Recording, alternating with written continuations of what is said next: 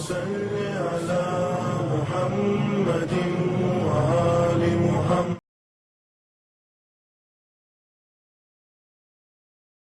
السلام علیکم ورحمۃ اللہ وبرکاتہ. اسد اللہ ایامکم انشاءاللہ تعالیٰ ولی علیکم.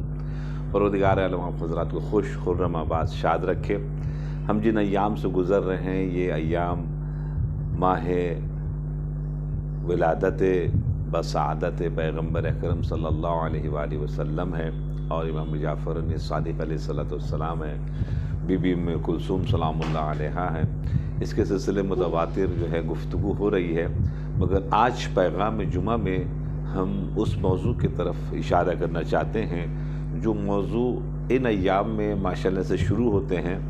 اور اس کا سلسلہ ماشاءاللہ سے تقریباً شعبان تک جاتا ہے، اور پھر رمضان میں ذرا سا یہ معاملہ رک جاتا ہے. تو جس طرف میرا اشارہ ہے آپ حضرات سمجھ رہے ہوں گے، وہ اشارہ ہمارا شادی سے ہے، ازدواج سے ہے. تو اس کے سلسلے سے آج تھوڑی سی گفتگو کرنا چاہتا ہوں کہ شادی کیا شے ہے، اور شادی کرنے سے کیا فائدہ ہوتا ہے، یہ کس کا حکم ہے، اس کے انکار کرنے کے نقصانات کیا ہیں. تو انشاءاللہ اس کے اوپر ایک چھوٹی سی مختصر سے گفتگو. سب سے پہلے ہم چلتے ہیں قرآن مجید کی طرف، جس میں پروردگار عالم نے سورہ نور کی آیت نمبر 32 میں 32 میں یہ حکم دیا کہ آپ شادی کریں اور پاک دامن خواتین سے، لڑکیوں سے، اور اس کے بعد دوسری طرف لڑکیوں کو کہا کہ آپ جن سے شادی کریں تو وہ صالحین میں سے ہونا چاہیے.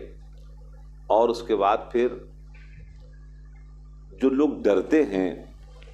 کہ شادی کرنے کے بعد پھر کیسے ہوگا خرچہ اور کیسے چلے گا یہ وہ، تو کہا اس کے لیے آپ فکر مت کریں، اللہ سبحانہ و تعالی وہ رزق دینے والا ہے، وہ آپ کو عنایت کرے گا، اور انشاءاللہ آپ کو شادی کے سلسلے میں کوئی تکلیف پیسے کے اعتبار سے پروردگار عالم نہیں ہونے دے گا. یہ اللہ کا وعدہ ہے. تھوڑا سا اوپر نیچے، دس از اے پارٹ آف لائف، مگر یہ سسٹم اللہ نے قرآن مجید میں وعدہ کیا. وَأَنكِحُوا الْأَيَامَ مِنكُمْ وَالصَّالِحِينَ مِنْ عِبَادِكُمْ وَإِمَائِكُمْ إِن يَكُونُوا فُقَرَاءَ يُغْنِهُمُ اللَّهُ مِنْ فَضْلِهِ وَاللَّهُ وَاسِعٌ عَلِيمٌ. دیکھیے شادی کرنے کا حکم دینے کے بعد پھر جو کہا اِن يَكُونُوا فُقَرَاءَ، اگر تم تنگ دست ہوئے، اگر تمہارے پاس پیسے کی کمی ہوئی، يُغْنِهُمُ اللَّهُ مِنْ فَضْلِهِ، میں اللہ تم سے وعدہ کرتا ہوں کہ میں تمہیں دوں گا، اور تمہیں ضرور دوں گا، عنایت کروں گا. اور پروردگار عالم بہت دینے والا ہے، وہ سب جاننے والا ہوں، واسع علیم، اور جاننے والا بھی تمہاری تکلیفوں کو. آج جتنے بھی آپ کے محلے میں، آپ کے خاندان میں وہ لوگ جو شادی شدہ ہیں، ان سے اب پوچھیں کہ کمارے جب تھے تو ان کی پوزیشن مالی طور کے اوپر کیا تھی، اور آج ان کی پوزیشن کیا ہے، کیا وہ نیچے آئے یا وہ اوپر گئے. تو آپ کو خود بخود اس قرآن مجید کی آیت کریمہ کا حکم اور اس کی تفسیر سمجھ میں آ جائے گی. نمبر 1. نمبر 2، حکم پیغمبر اکرم صلی اللہ علیہ وآلہ وسلم، النکاح من سنتی فمن رغب عن سنتی فلیس منی. نکاح میری سنت ہے. پیغمبر اکرم نے ارشاد فرمایا، چونکہ آج ایک چھوٹا سا نعرہ بلند ہوا ہے دشمنان کی طرف سے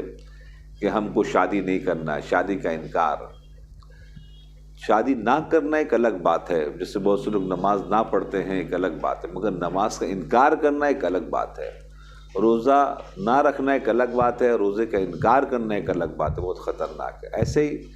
یہاں پر رسول اللہ نے اس کا جواب دیا ہے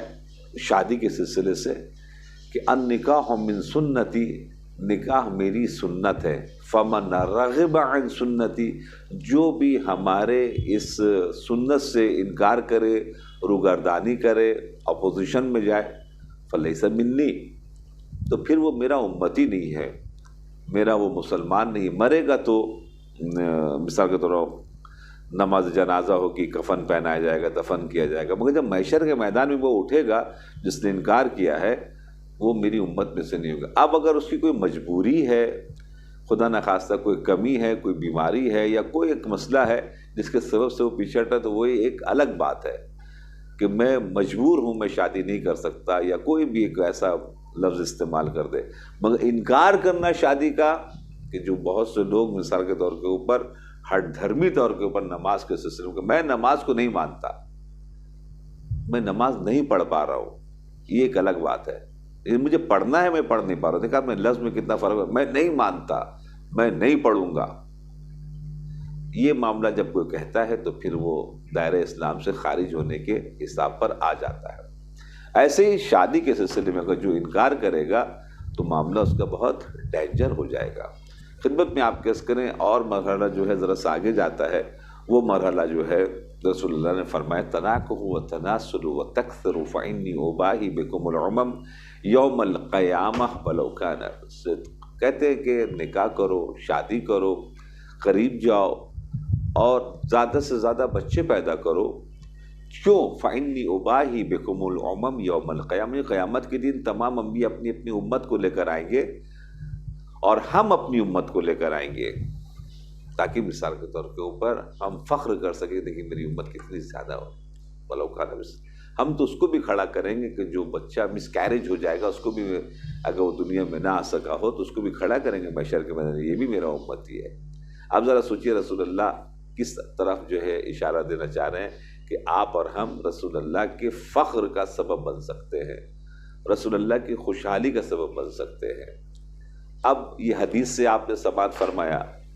غور فرمایا آپ نے، اب آئیے میں آپ کو رسول اللہ صلی اللہ علیہ وآلہ وسلم کے زندگی کے کچھ حالات بتاؤں اور ابھی کے کچھ حالات بتاؤں، اس کے بعد پھر انشاءاللہ آپ کی زحمت تمام کروں گا۔ عزیزو دوستو، رسول اللہ کے پاس ایک شخص آیا اور آگے کہنے کہ یا رسول اللہ، ہم بہت پریشان ہیں اقتصادی طور کے اوپر، بہت مجبور ہیں، بہت تنگ دستی میں جاتا ہے۔ رسول اللہ نے کہا شادی کر لو، اور رسول اللہ کے حکم کے اوپر فوراً اس کے چون چرا، تو اس کا وہ گنجائش ہی نہیں تھی، یعنی حکم ہے، شادی کیا۔ تھوڑے سے حالات اچھے نہیں ہوئے اس وقت کے حساب سے معاملہ آپ سوچیں، پھر جب آیا کچھ دنوں کے بعد رسول اللہ شادی کر لو، چونکہ اس زمانے میں بہت عام طریقے سے 4 شادیاں وغیرہ، جیسے ابھی بھی آج بھی عربوں میں 2 3 شادی 4 شادی بالکل عام ہے، اس طرح رسول اللہ کے زمانے میں بھی تھا، ہمارے ایشیا وغیرہ میں اس انداز کا انداز نہیں ہے۔ 4تھی شادی جب اس نے کی ہے تو بہت مالدار ہو گئے تھے، یعنی کچھ لوگ جو کہتے ہیں شادی کے بعد ہم پریشان ہو جاتے ہیں، ہمارا مقصد اقتصادی ہے کہ نہیں، پروردگار عالم روزی دینے والے، آپ بھروسہ کریں، کوشش کرتے رہیں، مگر ہاں ایسے نہیں کہ ہاتھ پہ ہاتھ ڈال کے ہم بیٹھ گئے، اب تو بس ہم نے اپنا وعدہ پورا کر دیا، شادی کر لیا ہے، اب اللہ اپنا وعدہ پورا نہیں، آپ کوشش کرتے رہیں، آپ حرکت کرتے رہیں، آپ ہاتھ پیر چلاتے رہیں، پروردگار عالم رستہ جانا والا، ہموار کرنے والا ہے۔ اس کے بعد پھر خدمت میں آپ پیش کریں کہ کوشش کریں کہ مومن کے لیے مومنہ اور مومنہ کے لیے مومن،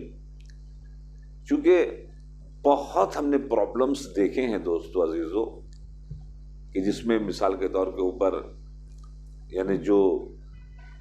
دوسرے مذاہب میں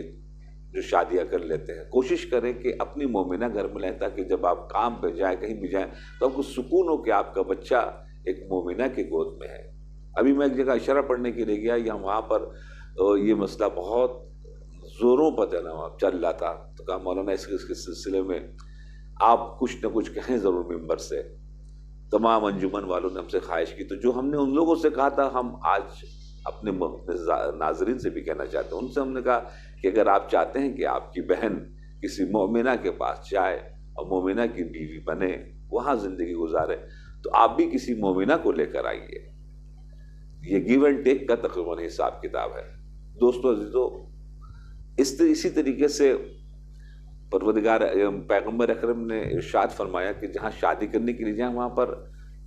پیسہ، حسن، فلاں ڈھمکا یہ سب مت دیکھنا، تب دیکھنا پاک دامنہ ہے، مومنہ ہے، اور ایک چیز کا خاص جو خیال رکھنا وہ یہ کہ اس کی پرورش کہاں ہوئی ہے، چاہے وہ لڑکا ہو یا لڑکی ہو، دونوں طرف دیکھنا کہ اس کی پرورش کہاں ہوئی ہے، کس کے ارد گرد میں یہ بڑا ہوا ہے یا بڑی ہوئی ہے، تو وہ جو ہے صفت اس کے اندر میں آ جاتی ہے۔ تو رسول اللہ نے فرمایا ہے کہ یہ مت دیکھنا کہ پھول کتنا خوبصورت ہے، یہ دیکھنا کہ یہ پھول کھلا کہاں ہے۔ یہ بہت امپورٹنٹ ہے، بہت امپورٹنٹ ہے۔ تو انشاءاللہ اپنی زندگی کو خوشحال بنائیں اور اس سلسلے میں آپ انشاءاللہ قدم آگے بڑھائیں۔ انفارچونیٹلی بہت سی چیزیں ہمارے پاس جو ہونی چاہیے تھی وہ نہیں ہیں، جو کمی ہوتی ہے اس کو اقرار کرنا چاہیے، یہ مردانگی ہے، نہ کہ تقریباً اس سے ہم سر پیچھی کر کے دوسری طرف۔ مثال کے طور کے اوپر اتنی انجمنیں ہمارے پاس ہیں، اتنی آرگنائزیشن ہیں، مگر انفارچونیٹلی ہمارے پاس شادی کے سلسلے سے کوئی ایسا بہت بڑا پلیٹ فارم ہم نے نہیں بنایا۔ شادی کے بعد جو کچھ پرابلمس آتے ہیں اس کو سلیوشن کے لیے ہم نے کوئی بہت بڑا پلیٹ فارم نہیں بنایا جو ہم کو بنانا چاہیے تھا، چونکہ ہماری تقریباً سیکنڈ لارجسٹ گیدرنگ ہے انڈیا کے اندر میں، شیعوں کی آبادی کے اعتبار سے بہت بڑی آبادی ہے، مگر انفارچونیٹلی ہمارے پاس کوئی ایسے آرگنائزیشن نہیں ہے کہ جہاں پر بھی لڑکیوں کے اوپر ظلم ہو رہا ہو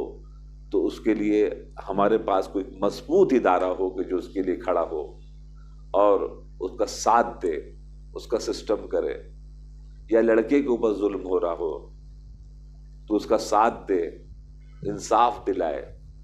یا پھر شادی ہونے میں پرابلمس ہو رہے ہوں، شادی مثال کے طور کے اوپر ارینج میرج وغیرہ، اس کے سلسلے میں ہمارے پاس کوئی ایک بڑا ادارہ نہیں ہے یا کوئی بڑا پروگرام نہیں ہے، یا انفارچونیٹلی ہم کو ماننا پڑے گا، قبول کرنا پڑے گا۔ اس میں صرف علماء کو آپ مورد الزام یا ہم نہیں ٹھہرا سکتے، بلکہ اس میں جتنے بھی خواص ہیں، سمجھدار ہیں لوگ جو اپنے آپ کو ہر مرحلے کے اوپر